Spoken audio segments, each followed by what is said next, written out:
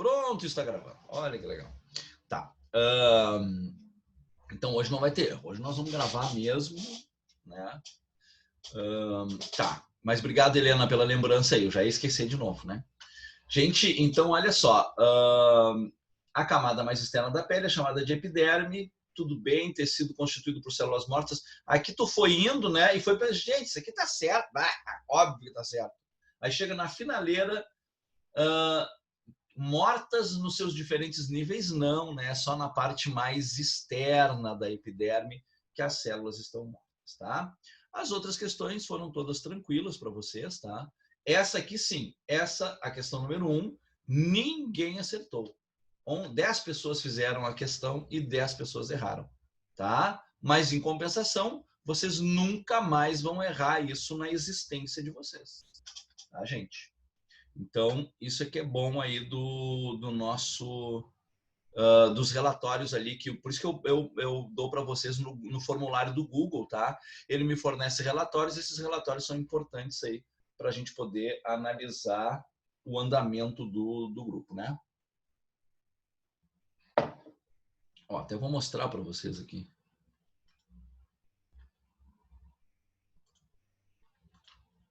Ó, essa é a questão, a primeira questão, né? Ó, a maioria de vocês marcou a letra A, outros marcaram a letra B, mas a resposta correta, ó, ninguém marcou a resposta correta. Ah, e essa aqui também, ó, alguns acharam que é verdadeira, outros acharam que é falsa. Essa aqui, ó, a última vocês acharam que é falsa. Vamos ver o que tem na última. Né? A maioria achou que era falso. O produto das glândulas sudoríparas é constituído de água, sódio, potássio e cloreto. Ah, por causa da ureia, amônia e o ácido úrico. Tá, tudo bem. Não, essa aqui... Ó, a maioria achou que essa aqui era falsa, né? Mas, na verdade, essa aqui é verdadeira, tá, gente? Ureia, amônia e ácido úrico tá na nossa corrente sanguínea, tá, gente? A amônia, ela é produzida nas nossas células... Opa, eu não compartilhei, né? Não. Agora deu. Tá. Ué, eu não estava compartilhando? Peraí, deixa eu mostrar para vocês aqui. Eu achei que tinha compartilhado. Ó. Então, ó, a maioria que marcou a letra A, ó, como vocês podem ver, a maioria achou que a última era falsa, né? Mas, na verdade, a última é verdadeira. E aí, por que vocês acharam que é falsa? Realmente, é difícil. Essa aqui é difícil mesmo, tá? Porque aqui aparece, olha só, não, ureia, amônia e ácido úrico, isso aqui tem no xixi, né? Eu não faço xixi pelo meu suor. É mais ou menos, tá? Vai sair ureia, vai sair amônia, né? Vai sair ácido úrico, tá? Inclusive, se tu tiver com problema de muita produção de amônia e muita produção de ácido úrico, vai ficar esse cheiro no teu suor, tá? E outros metabólitos que tu produz também fica no teu suor, tá, gente? Pessoas que têm diabetes ou melhor, a pessoa não precisa ter diabetes, né? Não sei se vocês alguma vez fizeram um tipo de dieta chamada de como é que é? Jejum intermitente. Já ouviram falar, né? Do jejum intermitente. Então, se a pessoa faz aí o jejum intermitente, pô, essa aqui, claro, né, Cris? Vai deixar qualquer um em dúvida, com certeza, né? Então, por isso que... Mas o cara que fez essa questão fez ela de sacanagem mesmo, né? Então, esse jejum intermitente, a pessoa fica muito tempo sem comer, tá? Fica aí algumas horas sem comer, 24 horas sem comer, de 12, 16 horas sem comer, né? Mas quando a pessoa fica 24 horas sem comer, ela começa a metabolizar muito lipídio, né? E o lipídio, ele libera corpos cetônicos na tua corrente sanguínea. E aí a pessoa fica com hálito cetônico, fica com suor cetônico, né? A pessoa sua e cheira como acetona, tá? Não sei se vocês já perceberam isso, né? Professor, paciente que faz hemodiálise, que está com o nível de ureia muito alto também, fica o cheiro de xixi. No suor, né? E a pessoa fica com cheiro de xixi, na verdade ela tá transpirando. Porque ela não tá conseguindo filtrar o que ela deveria filtrar. É isso aí, exatamente. Então sempre vai sair um pouquinho aqui, claro, bem pouquinho, né? Que é a parte que está na corrente sanguínea ali, está circulando no sangue até chegar lá nos rins e ser. Então tá, essa aqui ó, é difícil. Essa aqui também, essa primeira aqui também até nem era tão difícil, né? Mas aí eu acho que muito provavelmente o pessoal marcou a letra A muito mais por causa dessa aqui, dessa afirmativa, do que dessa afirmativa aqui. Tá bom. Bom, então vamos lá para a nossa aula de hoje. Olha só, na aula passada a gente parou aqui, né? Lembra? Então a gente estava vendo a medula óssea vermelha. Na medula óssea vermelha nós vamos encontrar aí essas células tronco aqui da medula óssea vermelha que vão produzir as células mieloides, as células linfóides e que vão dar origem a todas as células do teu sistema sanguíneo, tá? Então, a medula óssea vermelha produz o teu tecido hematopoético, que é formado aí por sangue e linfa. Muito bem. E aqui está o teu sangue. Vamos lá, então. Ó, gente, aqui nós temos o sangue, né? Então, o sangue é constituído de uma parte líquida, né, que a gente chama de plasma ou soro, tá? E aí o que nós vamos encontrar aqui? Tem água, tá? Que é um solvente biológico, solvente universal, né? A gente vai encontrar aqui os eletrólitos, né? Os íons, os que a gente chama de sais minerais, né, gente? Tá aqui, ó, sódio, potássio, cálcio, magnésio e por aí vai, tá? Então, equilíbrio osmótico, né? Regulação do pH, da permeabilidade, enfim, tudo aquilo que a gente já viu sobre os sais minerais, né? Proteínas plasmáticas, né? Proteínas que estão solubilizadas, tá? Nessa parte líquida. A albumina, por exemplo, tá? A albumina, gente, é a nossa reserva de proteína, tá? Então ela fornece um equilíbrio osmótico e também um tamponamento de pH, tá, gente? Olha só, tá vendo que muitas coisas elas servem como tamponamento de pH, tá? Por quê? Olha só, o pH do nosso sangue, ele não pode passar muito de 7, tá? Ele fica entre 6,9 e 7. Também não pode ser muito ácido, né? Então, sempre tem substâncias que fazem o tamponamento, né? Substâncias que vão alterando ali o pH do nosso sangue para que ele fique em equilíbrio, sempre em torno de 7, que é um pH neutro, tá, gente? E aí substâncias transportadas pelo sangue, como nutrientes, resíduos metabólicos, ó, resíduos metabólicos, ureia, tá? Que vai sair no suor, ácido úrico que vai sair no suor, amônia que vai sair no suor, e gases respiratórios e hormônios, enfim. Então, várias coisas vão ser transportadas aqui. E aqui nós temos os componentes celulares, tá, gente? Componente celular, então a gente tem aqui, ó, os glóbulos brancos, que são os leucócitos, tá? Que a função é defesa e imunidade, né? Defesa imunológica. As plaquetas, que são responsáveis pela coagulação do sangue, e os eritrócitos, glóbulos vermelhos, conhecido também como hemácias, tá, gente? Na tua prova pode aparecer os dois nomes, ou hemácia ou eritrócito, tá? Os dois termos vão aparecer para vocês. Bom, e aí a gente começa então pelas hemácias. Vamos falar das hemácias. Vamos lá para o nosso... Deixa eu pegar aqui a nossa mesa digitalizadora.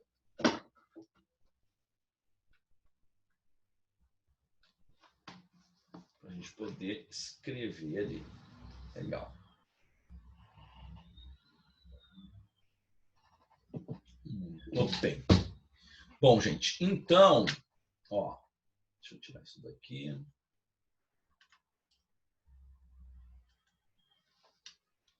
Vamos falar das hemácias. Ó, opa, tá desligado.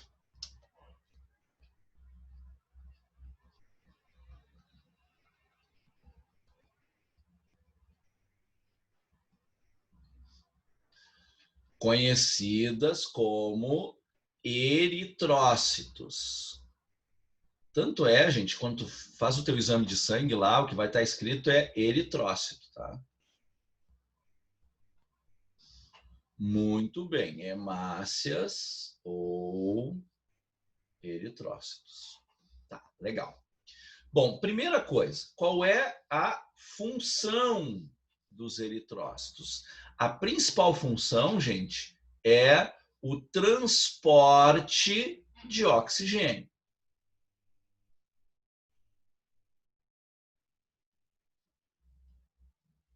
Transporte de oxigênio, tá? Então, 95% do oxigênio que vai ser transportado no nosso organismo vai ser transportado pelos eritrócitos, pelas hemácias. Bom, as hemácias, gente, são células anucleadas, ó.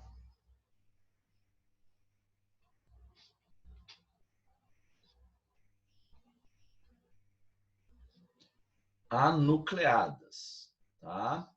E elas têm um formato bicôncavo.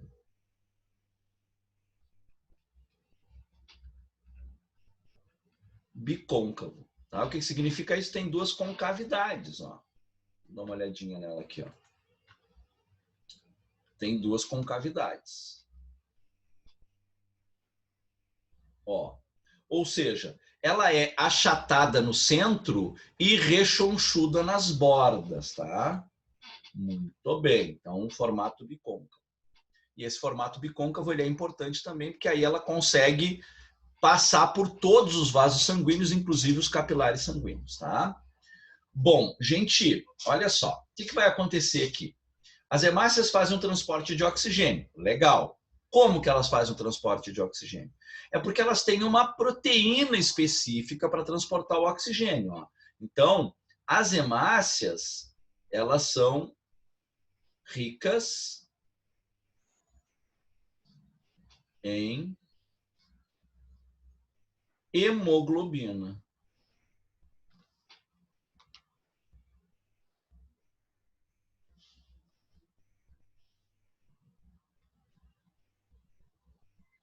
Ricas em hemoglobina. Hemoglobina, gente, é uma proteína transportadora de oxigênio, tá? A gente chama de pigmento respiratório. Tá? Então, quando falar para vocês em pigmento respiratório, a gente está falando aqui da hemoglobina. Vamos botar aqui, ó.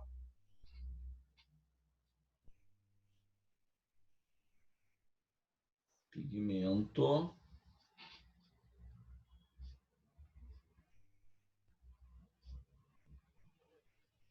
respiratório.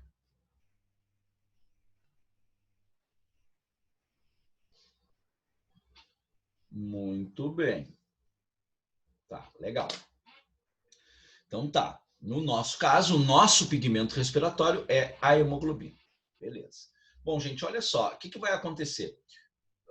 A hemoglobina ela vai transportar o oxigênio com eficiência, por quê? Porque ela tem uma afinidade média com o oxigênio. Ela pega o oxigênio, mas ela pode soltar facilmente o oxigênio. Então, a gente tem aqui uma situação que é a seguinte, ó. Vamos chamar hemoglobina de HB, tá? Ó, HB. Beleza. A hemoglobina mais o oxigênio vai formar um composto que é a oxihemoglobina.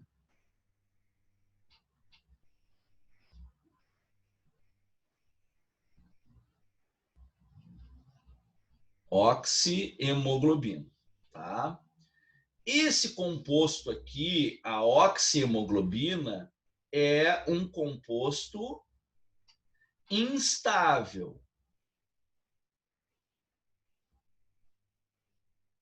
Olha só, é um composto instável.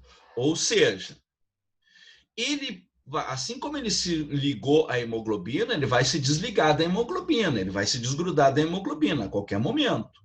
Tá, gente? Então, precisa de uma pressão parcial desse gás aqui.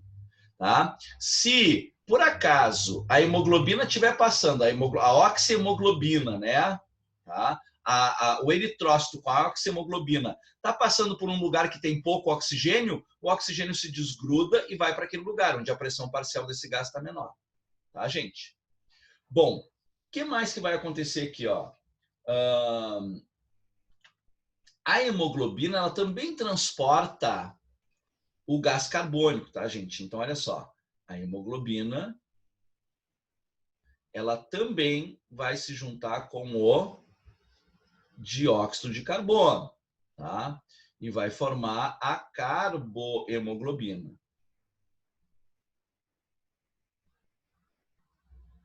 Carbohemoglobina.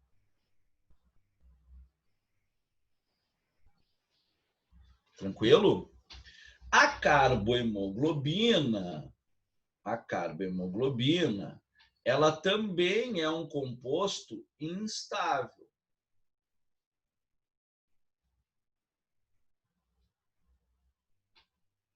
Também é um composto instável. Tá? Beleza. Ou seja, mesma coisa. Tá? Tem muito gás carbônico num lugar, tá passando a hemoglobina, ele se junta. Aí chega num lugar onde tem pouco gás carbônico, o gás carbônico se desgruda. E a hemoglobina fica livre, tranquila para pegar outra molécula. Tá? Beleza, as duas coisas acontecem. Só que olha só, gente. O transporte de gás carbônico diretamente pela hemoglobina, na forma de carbohemoglobina, ele é muito pequeno, apenas uma pequena parte. Tá? O que acontece com a maioria do gás carbônico, gente? Olha só. A maioria do gás carbônico vai fazer isso aqui, ó. O gás carbônico, ele se junta com a água, né? A água que tem no teu organismo, tá? E forma um composto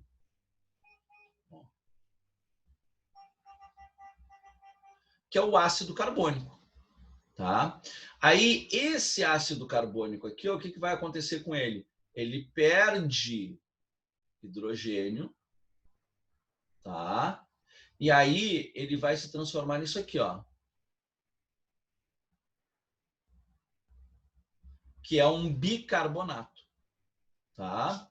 Então, na forma de bicarbonato é que ele vai ser transportado. Isso aqui, gente, olha só. Tanto... Deixa eu botar aqui uma outra cor. Ó. Tanto de gás carbônico para bicarbonato, como de bicarbonato para gás carbônico, tá? Quem faz essa transformação é uma enzima chamada anidrase carbônica.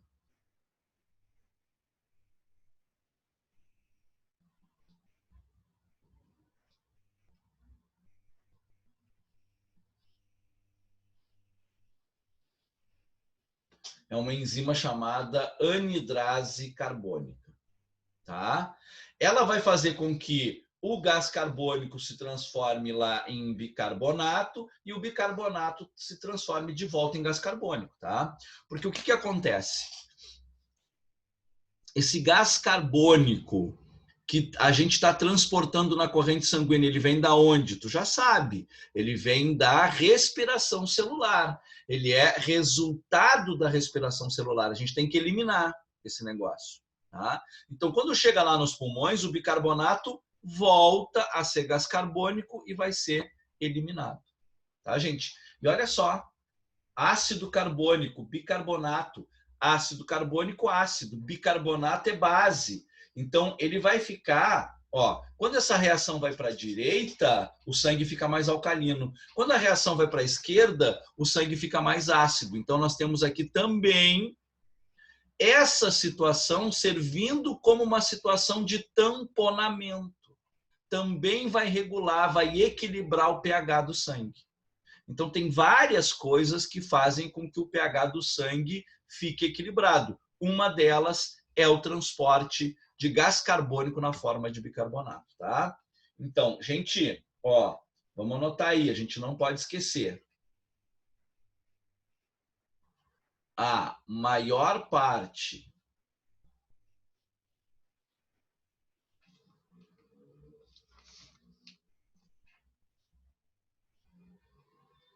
a maior parte do gás carbônico é transportado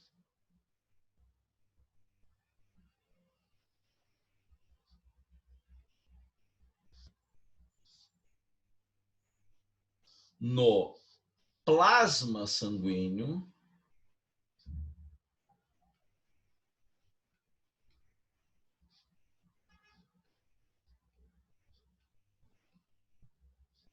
na forma de bicarbonato.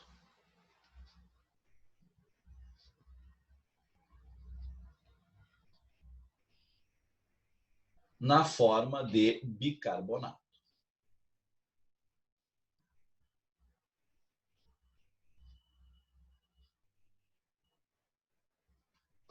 Tranquilo?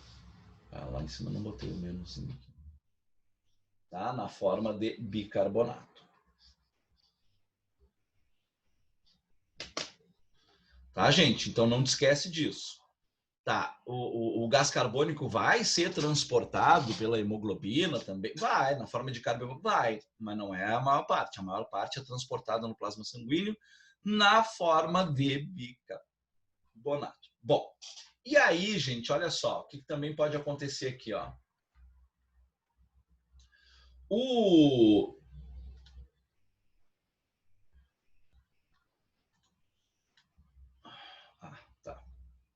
gás carbônico,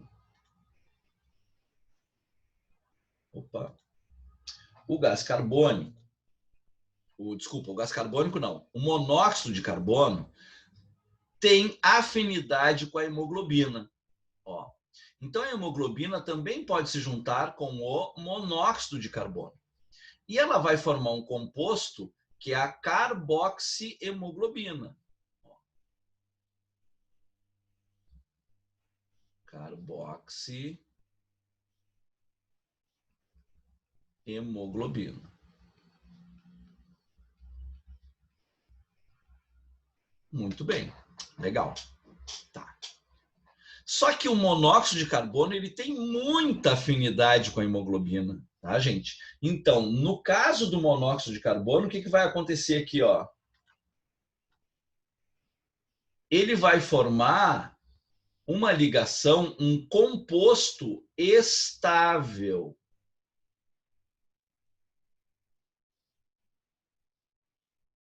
Tá, gente?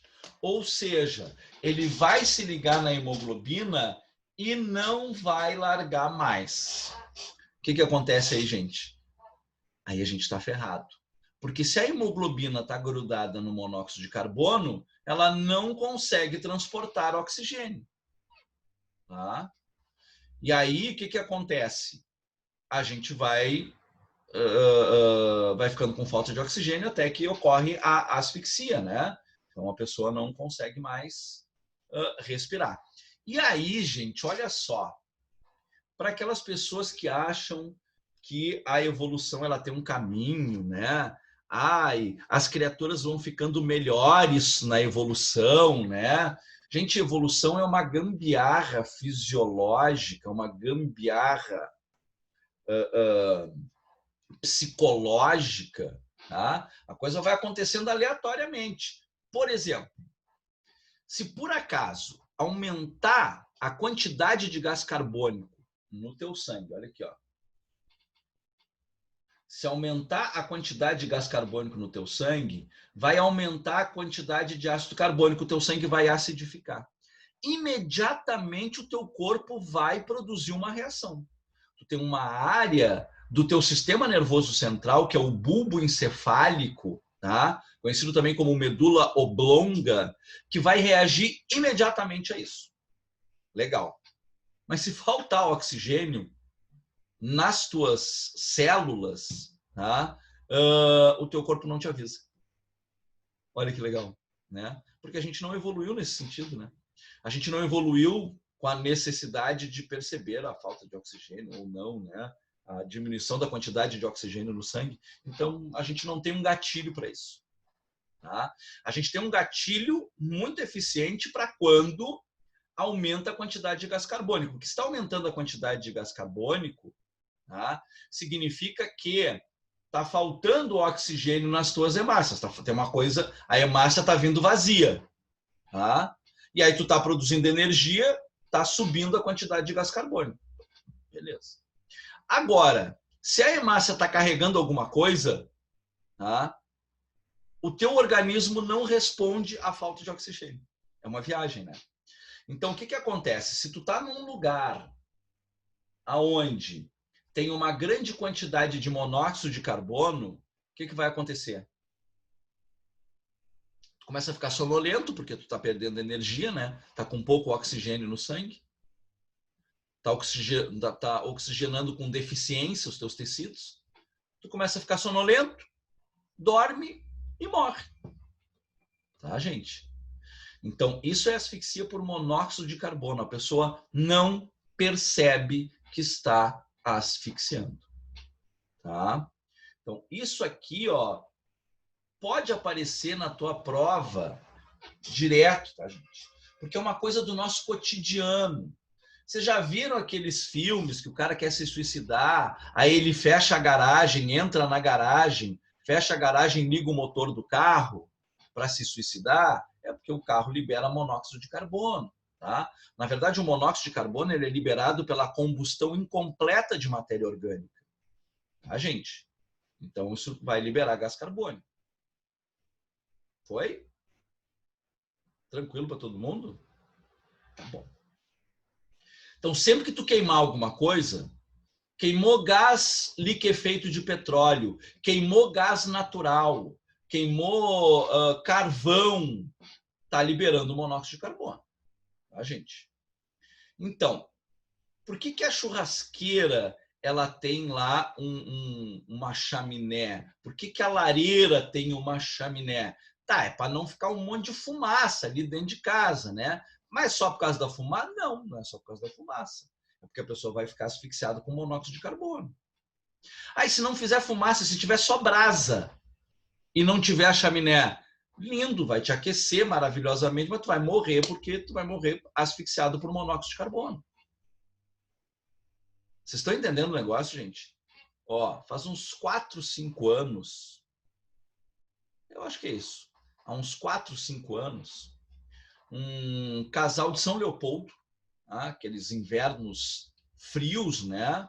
Mais frio que esse que fez agora, né? E aí o que o casal fez? O cara tinha uma churrasqueira daquelas que não faz fumaça, né?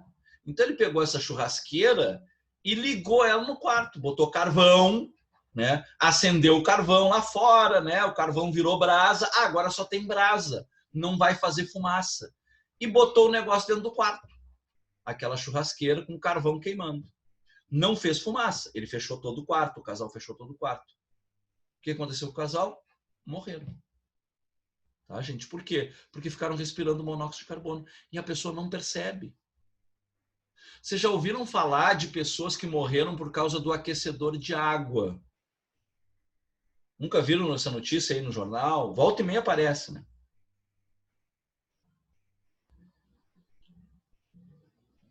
Fulano morreu por causa do negócio do aquecedor de água estava no banheiro. E aí, gente, olha só. Geralmente, a reportagem diz o seguinte: ah, teve vazamento de gás e a pessoa morreu. Quem é que não percebe vazamento de gás, gente? Tá? O gás liquefeito de petróleo, ou qualquer gás, junto, tem uma substância fedorenta, que é para a gente poder perceber esse que tá vazando o gás. Tá? O que acontece ali é o seguinte, ó. O aquecedor de água a gás, ele funciona da seguinte maneira: a água entra nesse aquecedor ou num compartimento ou numa serpentina, né? E aí liga uma chama, gás liquefeito de petróleo ou gás natural sendo queimado. Tá? Essa chama é que vai aquecer a água, tá, gente? Beleza? Por isso que tem um exaustor com um cano para fora de casa. Por quê? Porque o gás, quando for queimado, ele vai liberar monóxido de carbono. Isso não pode acumular na tua casa. O que as pessoas fazem? Instala esse negócio dentro do banheiro.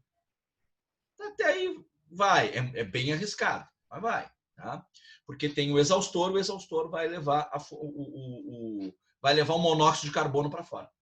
Só que às vezes esse exaustor ele falha. É aí que dá o problema, gente. Quando o exaustor falha. Que aí a pessoa está lá tomando banho, né? Com água quente, aquecida ali pelo aquecedor de água a gás, e não percebe, tá? Começa então a ficar sonolento, né? Dá uma encostadinha no box, aí depois senta no canto do box e depois morre, tá? Então, não é uma coisa super incomum de acontecer. Se vocês procurarem reportagens aí sobre isso, vocês vão encontrar, tá, gente? Por isso que isso pode aparecer lá na tua prova. Como é que o monóxido de carbono mata uma pessoa? Ele se gruda na hemoglobina e não deixa tu transportar oxigênio, e aí tu para de produzir energia porque não tem oxigênio para fazer respiração celular. Entendido até aqui? Show de bola? Tá, vamos passar para as outras agora. Ó, aqui, gente, é o que eu estava falando para vocês. Ó, tá? O que acontece? Olha só, o gás carbônico...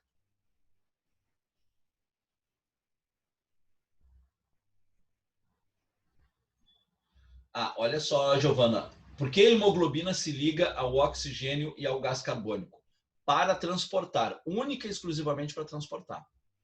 O oxigênio, a gente recolhe ele por um processo de inspiração e ele vai lá para um órgão chamado pulmão. A gente deixa o oxigênio lá no pulmão. Só que do pulmão, tá, o oxigênio ele tem que passar para a corrente sanguínea. Show de bola. O oxigênio passa por difusão do pulmão para a corrente sanguínea. Só que esse oxigênio ele tem que chegar em todos os tecidos. Lá no teu tecido, lá do dedão do pé, lá na tua derme, lá do dedão do pé, tem que ter oxigênio. Então, o oxigênio tem que chegar até lá. Quem é que vai transportar esse oxigênio por todo o tecido? A hemoglobina, essa molécula aqui. Tá? E o gás carbônico que tu produz da tua respiração celular, tu também tem que eliminar ele. Olha só, gente, o que acontece se a gente não eliminar o excesso de gás carbônico? Olha aqui, ó. Formação de ácido carbônico. Vai acidificar o nosso sangue. Tá, gente? Tranquilo? Claro, quando isso acontece, ó, quando aumenta a quantidade de gás carbônico no sangue, tá? Aí não é porque eu não estou transportando, tá? Aumentou porque a gente está botando oxigênio, tá, em menor quantidade para dentro dos nossos pulmões e continua produzindo energia e liberando gás carbônico, tá? Então, por exemplo, quando a gente vai para um lugar... Eu estou mudando de assunto e eu não sei se eu respondi já a Giovana. Te respondi, Giovana? Foi a Giovana que perguntou. Giovana, te respondi. É para transportar oxigênio e gás carbônico, tá? Tanto um quanto o outro se liga na hemoglobina. A hemoglobina é um pigmento respiratório, é um transportador. Tá, valeu. Tá, aí agora eu mudei totalmente de assunto aqui. Ó, mudei não, estamos continuando na mesma linha. Mas é uma outra coisa que pode aparecer para ti lá. E a gente vai falar disso de novo num outro momento. Quando aumenta a quantidade de gás carbônico é porque tu está produzindo energia, mas a quantidade de oxigênio que tu está botando para dentro do teu organismo, ela é menor. Por exemplo, é quando tu está num lugar onde o ar é rarefeito. Tá? O que acontece quando tu está num lugar onde o ar é rarefeito? Primeiro, o que significa isso? Ó, quando a gente está no nível do mar, agora, né? Estamos aqui no nível do mar, praticamente no nível do mar, né? Alguns metros acima. As moléculas de oxigênio elas estão mais juntinhas. À medida que vai aumentando a altitude, à medida que a gente vai subindo, as moléculas de oxigênio elas ficam mais afastadas.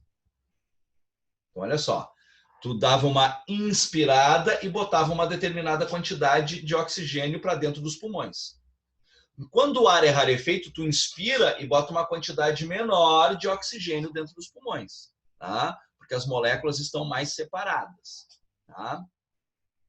E tu continua produzindo energia. O que vai acontecer? Tu vai produzir a mesma quantidade de gás carbônico, mas mudou a tua relação gás carbônico-oxigênio. Então, aumenta a quantidade de oxigênio, desculpa, de gás carbônico na tua corrente sanguínea. Acidifica o teu sangue. E o teu cérebro responde imediatamente. Qual é a resposta imediata do teu cérebro? Ele assume o controle da tua musculatura respiratória e começa a hiperventilar. Isso é hiperventilação, tá? Muito bem.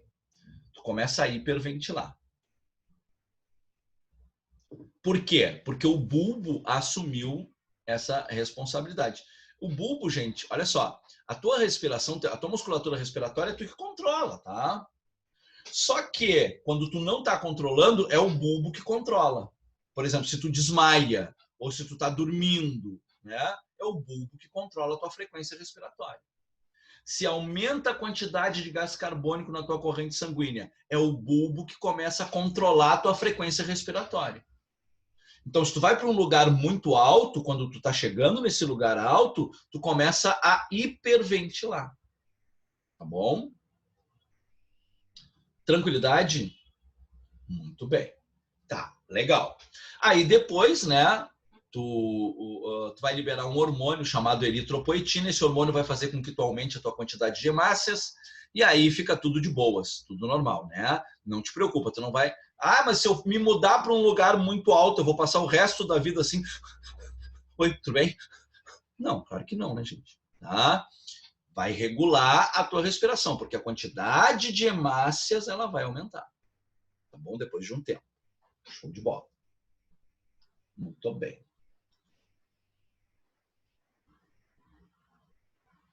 Exato. É bem comum, Thaís, cair esse tipo de questão. Bem comum, não só no Enem, tá? No Enem mais ainda, porque é uma coisa do nosso cotidiano, né? Olha uma outra coisa que pode aparecer no Enem. Vocês já viram aquelas pessoas, né, que têm um ataque de pânico e aí ela não consegue respirar?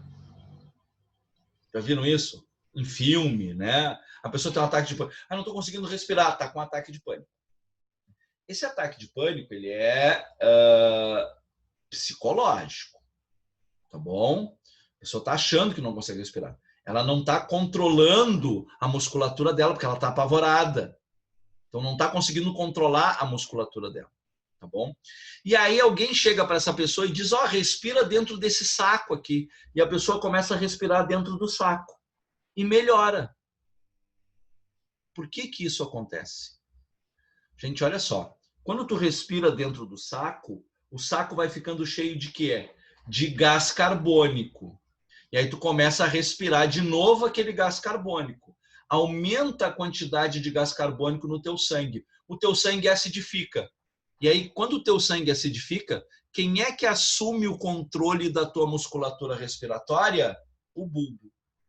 Aí não é mais tu que controla a tua respiração. Aí tu pode estar no pânico que tu tiver, que é o bulbo que vai regular a tua frequência respiratória. Vocês entenderam por que que funciona tu respirar no saquinho? Todo mundo entendeu?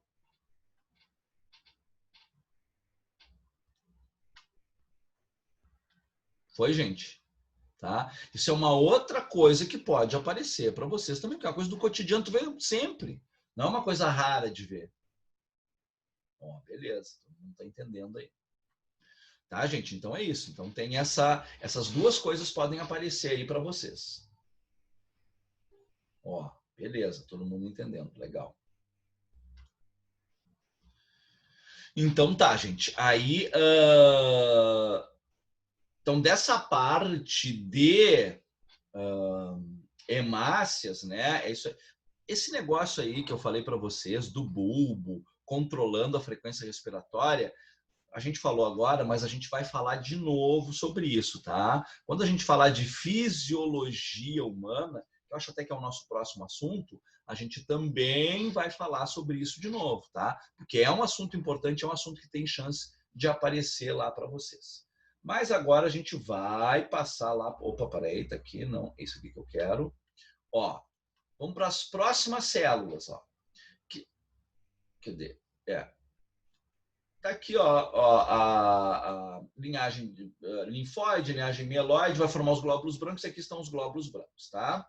Ó, gente, os glóbulos brancos são conhecidos como leucócitos. A gente classifica eles em granulócitos e agranulócitos, mas nunca mais apareceu isso no vestibular na vida. Acho difícil alguém te perguntar uma coisa dessas. Quem são os granulócitos e quem são os agranulócitos? Até mesmo porque é botar fora uma questão de vestibular, um troço de memorização. Agora, o que é importante para nós? Conhecer os leucócitos, os teus glóbulos brancos. Tá? Tem 1, 2, 3, 4, 5 tipos diferentes de glóbulos brancos. Tá, gente? Ah, eu tenho que saber tudo deles? Não. Calma, vamos otimizar o negócio. Tá? Vamos ser prático aqui. Por exemplo, tem esse aqui que é o neutrófilo, tá, gente? Ele é bem importante. Por que o neutrófilo é importante? Porque ele vai fazer o primeiro combate quando algum organismo invade o nosso organismo. Algum ser vivo invade o nosso organismo. Quando tu está infectado por uma bactéria, por um vírus, né? Quem é que dá o primeiro combate? O neutrófilo. Tá? Ó, então, qual é a função dele? Fagocitar elementos estranhos ao organismo. Tá? Olha aqui, ó, gente. É isso. Ah, que droga. Peraí. Deixa eu parar aqui um pouquinho. Sai daqui.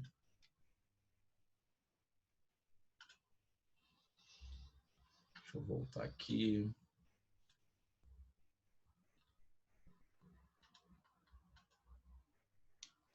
Agora vamos tentar de novo. Agora deu. Para eu pegar aqui o nosso marcador. Ó, então, o neutrófilo, gente, ó, fagocitar elementos estranhos ao organismo. É isso que nos interessa. Como que um neutrófilo vai defender o nosso organismo? Fagocitando organismos estranhos. Tá? Tanto é, gente, que depois que ele fagocita um determinado número de micro-organismos, tá, ele morre. Tá bom? E aí muitos neutrófilos mortos, muitos glóbulos brancos, não só neutrófilos como os macrófagos também, tá? Eles acabam formando uma secreção, uma substância amarelada que a gente chama de pus. Tá? Pus nada mais é do que essas células aqui que morreram. Tá bom? Tranquilo? Muito bem.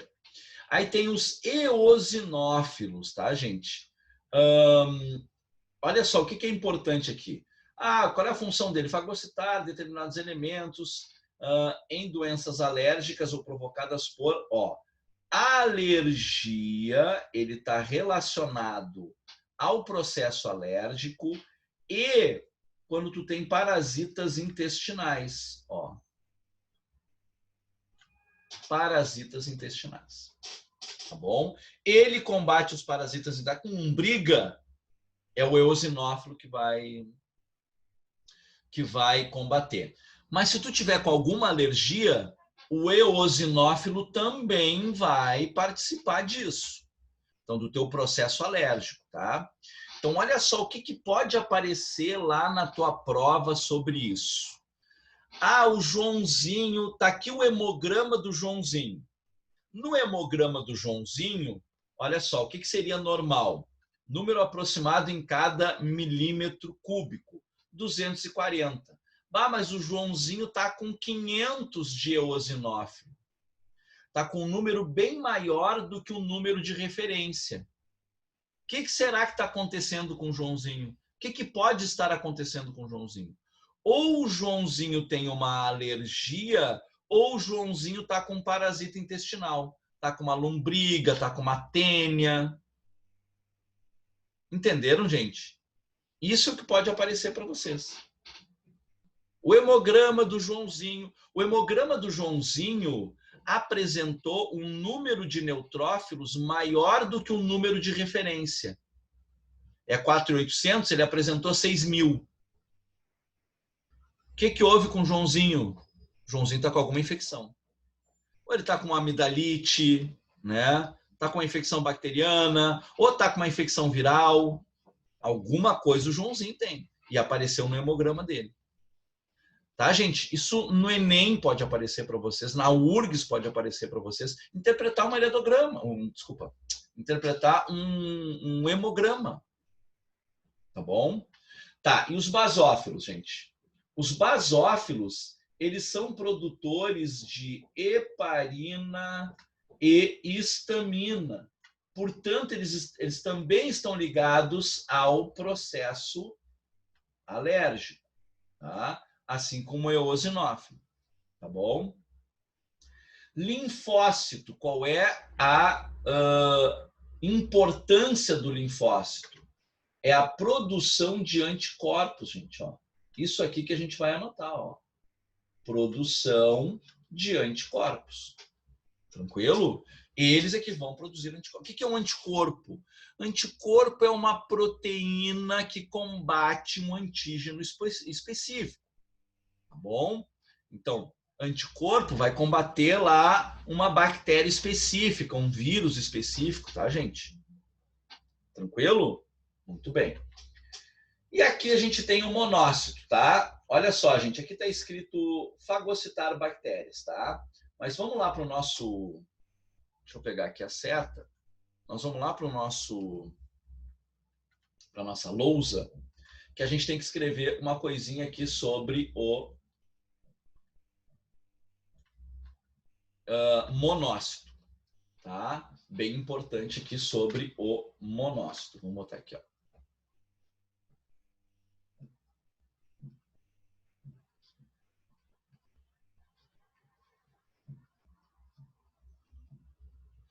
Estava falando ali em fagocitose, né? Ah, porque o monócito ele fagocita. Sim, ele faz isso. Mas ele faz isso depois de sofrer uma transformação, né? Então, olha a grande importância aqui do monócito. Ó. Ele forma... Não, melhor, não vou botar forma. Eu vou botar aqui, ó. Se diferencia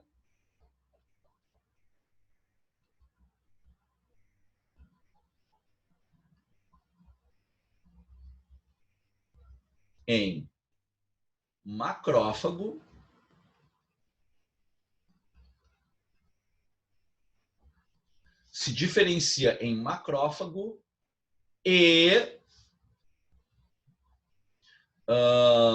osteoclasto.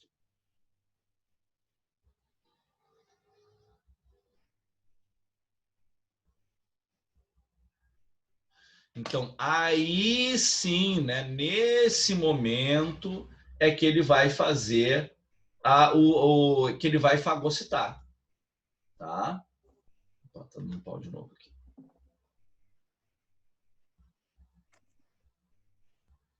Exatamente, Chayane. Então, quem é que vai produzir histamina, que é essa substância que causa todo esse processo alérgico? Os mastócitos, os eosinófilos e os basófilos. Esses três estão produzindo histamina pelo teu corpo, tá? Todos eles vão trabalhar juntos aí. Muito bem. Tá, gente, ó. Tranquilo aqui, copiaram? Então, quando é que o monócito ele vai fagocitar? Quando ele é um macrófago ou quando ele é um osteoblasto. Até lá no nosso slide, né, tem mostrando isso para vocês. Ó. Tem uma figurinha aqui, ó, que é a figura do processo inflamatório. Olha só. Um monócito originando o macrófago. Ó. Aí sim o macrófago vai fagocitar lá as bactérias. Mas quem veio até aqui é o monócito, tá, gente? Então, quando é que o monócito vai ser o fagocitador? Quando ele se diferencia.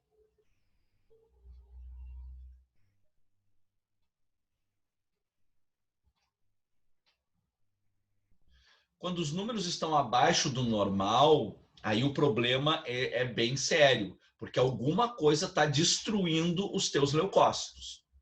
Ou tu não está conseguindo produzir. Então, olha só.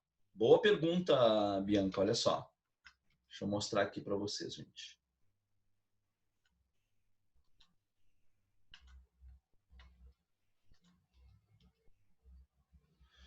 Quem é que produz os glóbulos brancos? Olha aqui, ó. Quem é que está produzindo os glóbulos brancos? Essas células aqui, ó. Célula tronco da medula óssea. Então, se essas células estão com defeito, tu pode ter problema nessa produção aqui, ó. Tá? Então, por exemplo, tu tem um defeito aqui, ó, nas células tronco mieloide, que estão produzindo os neutrófilos. Ferrou.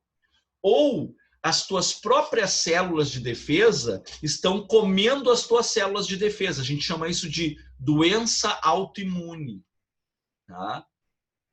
Então, a leucemia pode causar isso, lúpus pode causar isso, outras doenças autoimunes pode causar isso. Tá? Tranquilo? Consegui te responder aí, Bianca? Tá? Então, é algum problema aí que pode ser de cunho genético, enfim, né? Tá? Então, de menos é ruim e de mais é ruim também. Bom, muito bem. Gente, vamos encerrar por aqui, então, né? Não é muito bom a gente passar de 1 hora, né? E aí, a gente, na semana que vem, continua aqui, porque a gente ainda tem que falar das plaquetas e temos que falar também, além das plaquetas, né? A gente tem que falar de coagulação sanguínea, como é que funciona a coagulação sanguínea. Tá, gente? Então, agora eu vou fazer uma lista para vocês só de tecido conjuntivo ali, né? Não vou colocar ali as plaquetas, até de repente coloco e depois a gente vê, não tem muito problema. Tá? Então, eu vou fazer uma lista para vocês só de tecido conjuntivo para a semana que vem. Tá, gente? Obrigado pela presença de vocês aí, beijo grande para todos, tchau, tchau.